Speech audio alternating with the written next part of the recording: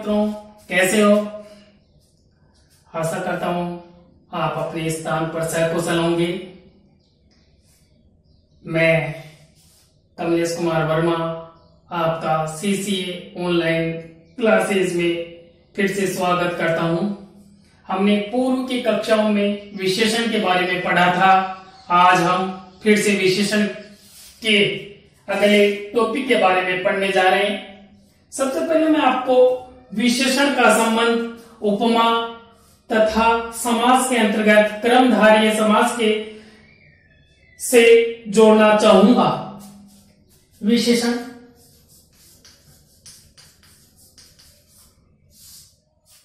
उपमा अलंकार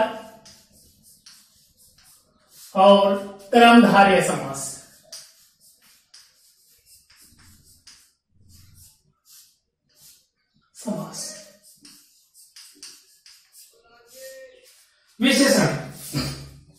विशेषण के बारे में हमने इसका अर्थ, इसकी परिभाषा, इसका महत्व और प्रयोग की दृष्टि से विधेय विशेषण, उद्देश्य विशेषण का हमने अध्ययन कर लिया था।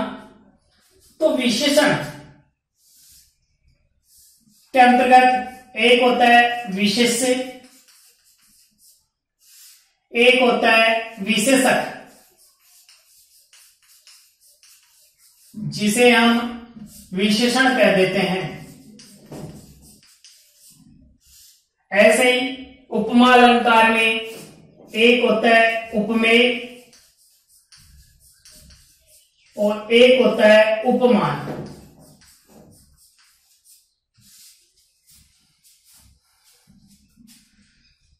हमने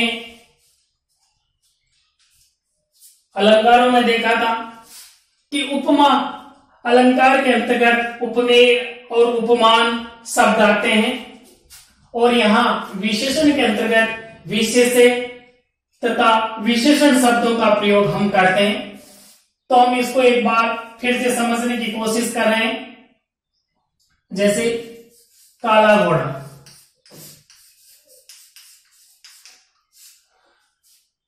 विशेष्य के बारे में हमने जाना। संज्ञा व सर्वनाम शब्द विशेष्य होता है और उसकी विशेषता बताने वाले शब्द विशेषण कहलाते हैं। तो ये तो हो गया विशेष्य और इसकी विशेषता बताने वाला शब्द हो गया विशेषण।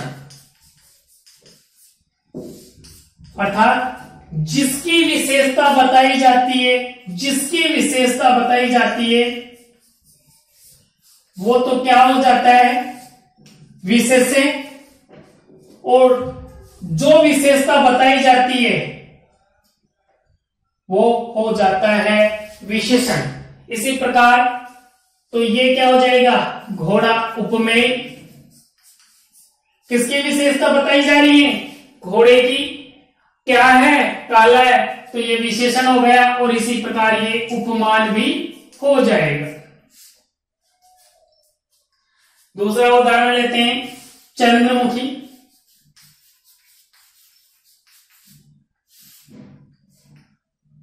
चंद्रमुखी,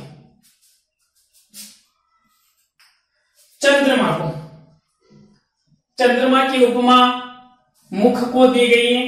तो मुख को किसके समान बताया गया है? चंद्रमा के समान। तो यहां मुख क्या हो गया? उपमेय। और यहां ये क्या हो गया? उपमान। चंद्र क्या हो गया? उपमान।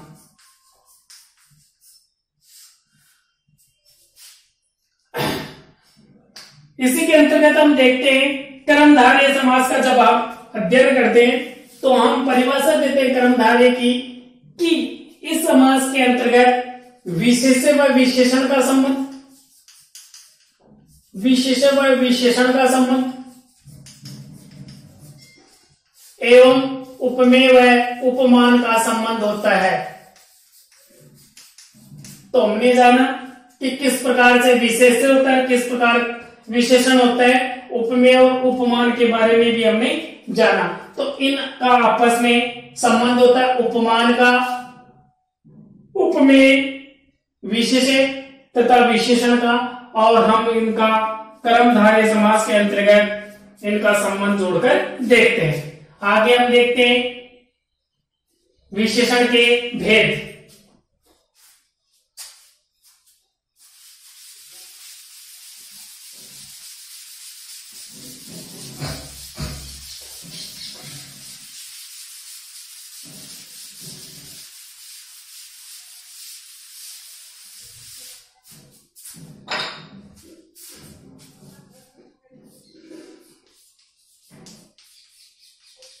विशेषण के भेद हमने आज तक 4 ही इसके भेद पढ़े हैं, लेकिन आधुनिक मान्यता के अनुसार इसका 5वां भेद भी हम पढ़ने जा रहे हैं। इसके प्रमुख भेद हो गए गुणवाचक, संख्यावाचक,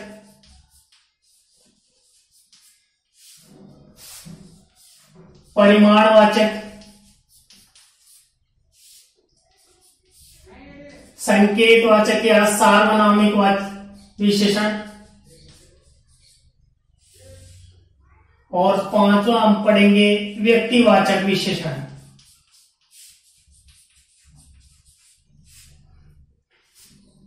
हमने विशेषण निर्माण करने वाले शब्दों का अध्ययन भी किया था। आता भी है परीक्षा में कि संज्ञा से बना हुआ विशेषण कौन सा है, तो संज्ञा से जो विशेषण बनते हैं वो व्यक्तिवाचक विशेषण के अंतर्गत ही आते हैं। तो आज हम पढ़ने जा रहे हैं सबसे पहले गुणवाचक विशेषण। हमने विशेषण की परिभाषा देख ली थी। विशेषण की परिभाषा में हमने अध्ययन किया था संज्ञा व सर्वनाम शब्दों की विशेषता बताने वाले शब्द विशेषण कहलाते हैं। इसका विवेचन मैंने पूर्व की कक्षाओं में कर दिया था। इसको समझने के लिए सबसे पहले मेरी विशेषण का पाठ फर्स्ट देखना पड़ेगा, उसको समझने के बाद ये चीजें समझ में आएगी। गुणवाचक विशेषण वे शब्द जो संज्ञा व सर्वनाम, वे शब्द जो संज्ञा व सर्वनाम का रूप, रंग, आकार, अवस्था, दशा, गुण, दिशा, स्थान आदि का बोध कराएं, बोध कराए तो उन शब्दों को गुणवाचक विशेषण कहते हैं। वाचक विशेषण कहते हैं।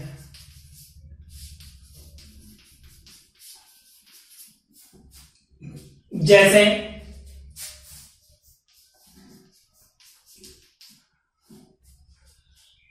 राम काला लड़का है, रमेश मोटा लड़का है,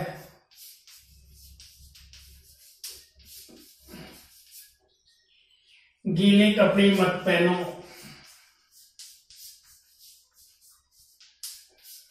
मत पहनो,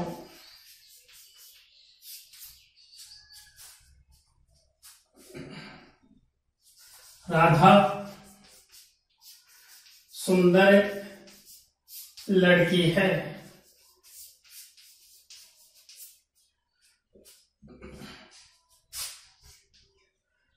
लड़के ऊपर बैठे हैं,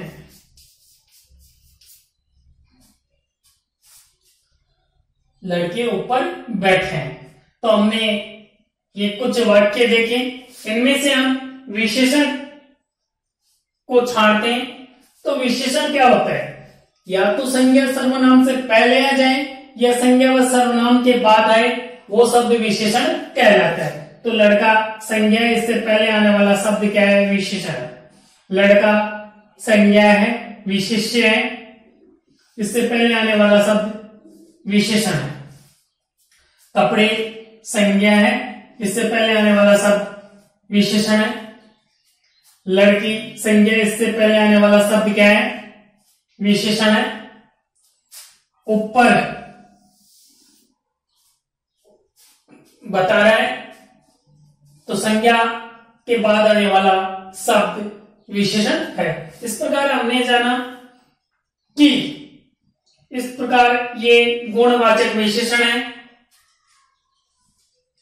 कई बार प्रश्न आता है हमारे मन में कि हम कैसे पहचाने कि ये गुणवाचक विशेषण है या संख्या या परिमाणवाचक या अन्य कोई विशेषण है। तो इसके लिए हम विशेष्य के साथ कैसा, कैसी, कैसे शब्द जोड़कर प्रश्न करते हैं।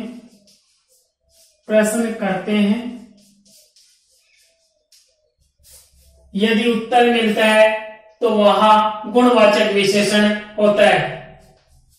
जैसे सबसे पहले इसी में देखते हैं, राम कैसा लड़का है?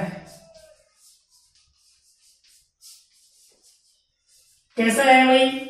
काला है। तो काला क्या हो गया? गुणवाचक विशेषण। लड़का कैसा है? मोटा है। कपड़े कैसे हैं? गीले हैं। लड़की कैसी है? सुंदर है। लड़के कैसे बैठे हैं? ऊपर बैठे हैं। लड़के कैसे बैठे हैं? ऊपर बैठे हैं। तो इन सभी वाक्यों के अंतर्गत हमें उत्तर मिलता है काला, मोटा, गीले, सुंदर आदि ये सब गुणवाचक विशेषण के अंतर्गत आते हैं। यहां मैंने कुछ गुणवाचक विशेषणों को आपको समझाने के लिए यहां बोर्ड पर अंकित किए हैं। सबसे पहले देखते हैं गुणवाचक विशेषण के अंतर्गत कौन कौन से शब्द आ जाते हैं। इनको एक बार आप सुन लेना, एक दो बार आप वीडियो को सुनेंगे तो ये याद हो जाएंगे और कभी आप भूल नहीं पाएंगे कि गुणवाचक विशेषण के अंतर्गत कौन कौन से शब्दों का प्रयोग किया जाता है या कौन कौन से शब्द गुणवाचक विशेषण के अंतर्गत आते हैं। गुणबोधक जो गुण के बारे में बताते हैं, अच्छा है, भला है, नम्र है, सुशील है, ज्ञानी है, ईमानदार है आदि शब्दों का प्रयोग गुणवाचक विशेषण के अंतर्गत आता है। दोषबोधक, दोष का मतलब होता है कुछ कमी या खराबी, बुरा है, खराब है, शैतान है, निर्लज है, निकृष्ट है, अशिष्ट है, असभ्य आदि शब्दों का प्रयोग दोषबोधक के अंतर्गत होता है। रंगबोधक, नीला है, पीला है, कसुमल है, खाकी है, हरा है, लाल है, सफेद है, काला है आदि शब्द रंगबोधक गुणवाचक विशेषण के अंतर्गत आते हैं। कालबोधक, काल समय के बारे में बताएं, जैसे पुरानी किताब है, नवीन पुस्तक है, प्राचीन है, क्षणिक है, दैनिक है, पाक्षिक है, मासिक है, ऐतिहासिक है। तो ये सभी शब्द काल बोधक विशेषण के अंतर्गत आते हैं। स्थान बोधक, स्थान के बारे में बताने वाले शब्द स्थान बोधक गुणवाचक विशेषण के अंतर्गत आते हैं। जयपुरी, बनारसी, भीतरी, अंदरी, अंदरूनी, दाया है, बाया है, पूर्वी है, पश्चिमी है आदि शब्द स्थान बोधक के रूप में आते हैं। गंध बोधक, खुशबूदार है, बदबूदार है, सुगंधित है आदि शब्द गंध बोधक के अंतर्गत आते हैं।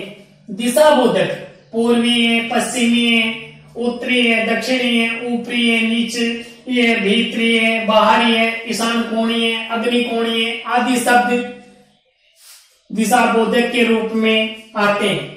अवस्था बोधक गीला है, सूखा है, आर्द्र है, नम्र है, भुना हुआ है आदि शब्द, तला हुआ है आदि शब्द अवस्था बोधक के अंतर्गत आते हैं। आयु बोधक युवा है, बाल है, वृद्ध है, किशोर है आदि शब्द युवा आयु बोधक शब्दों के अंतर्गत आते हैं। दशा बोधक शब्दों के अंतर्गत अस्वस्थ है, स्वस्थ है, रोगी है, निरोगी है, रुग्ण है, तंदुरुस्त है आदि शब्द दशा बोधक के अंतर्गत आ जाते हैं। आकार बोधक मोटा है, पतला है, चौकोर है, षटकोणीय है, त्रिकोण है, त्रिभुजाकार है, ये सभी आकार बोधक के अंतर्गत आ जाते हैं। स्पर्श बोधक जिन्हें हम स्पर्श करके आभास कर सकते हैं, ऐसे शब्द स्पर्श बोधक गुणवाचक विशेषण के अंतर्गत आते हैं, जैसे कठोर है, कोमल है, मुलायम है, गर्म है, ठंडा है आदि।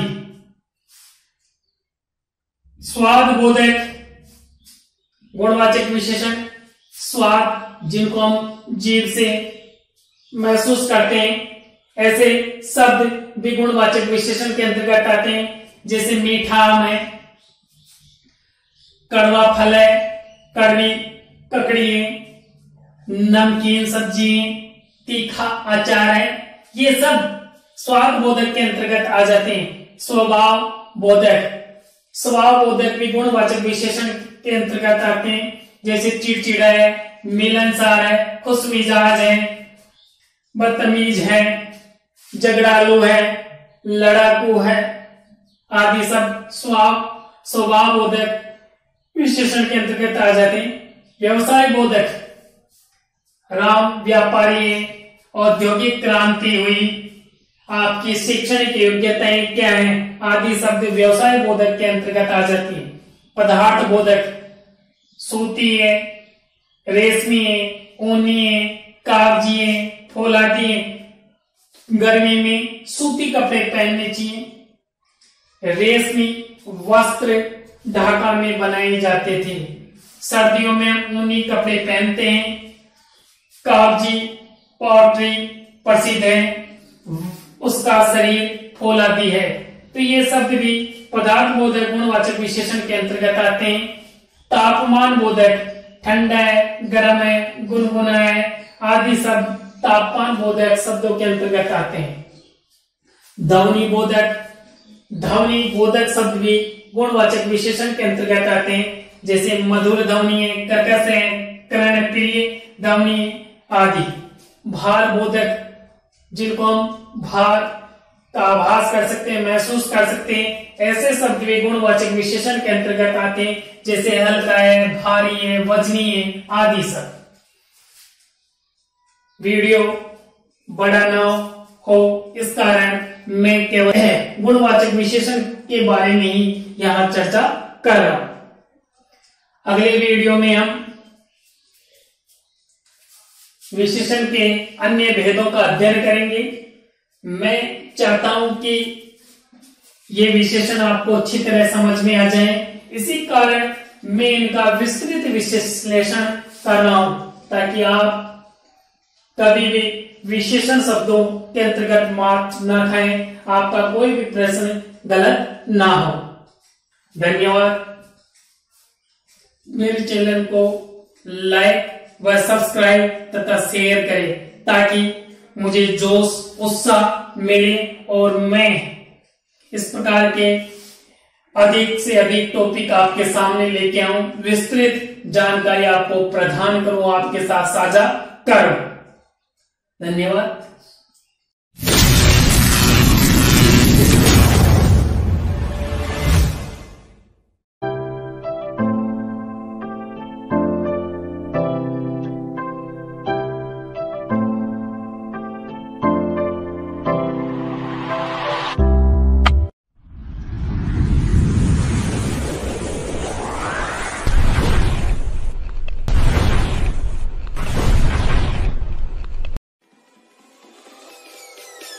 Peace.